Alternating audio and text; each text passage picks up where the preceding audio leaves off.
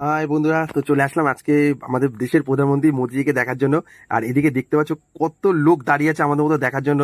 তোমাদের কি বলবো, মানে বলার কিছু নেই। তাই কিছুক্ষণ অপেক্ষা করার মধ্যে করতে করতেই চলে আসলো আমাদের দেশের প্রধানমন্ত্রী মোদিজি। আর সামনে থেকে যাচ্ছিল বস, যা লাগছিল না দেখতে, তোমাদের কি বলবো। দেখো শুধু সামনে দিয়ে দেখলে বোঝা যাবে যে উনি এত সুন্দর দেখতে। তা উনি চলে যাওয়ার পরে আমরা সবার জায়গায় চলে যাচ্ছিলাম। তো যেতে যেতে দেখলাম রাস্তায় দেখো কত কিছু বিক্রি হচ্ছে মোদিজির। আর পিছনে দেখো কত লোক, আর আমি তো দৌড়ে দৌড়ে যাচ্ছিলাম, আমার দৌড়ে দৌড়ে চলে এসেছি সবার জায়গায়।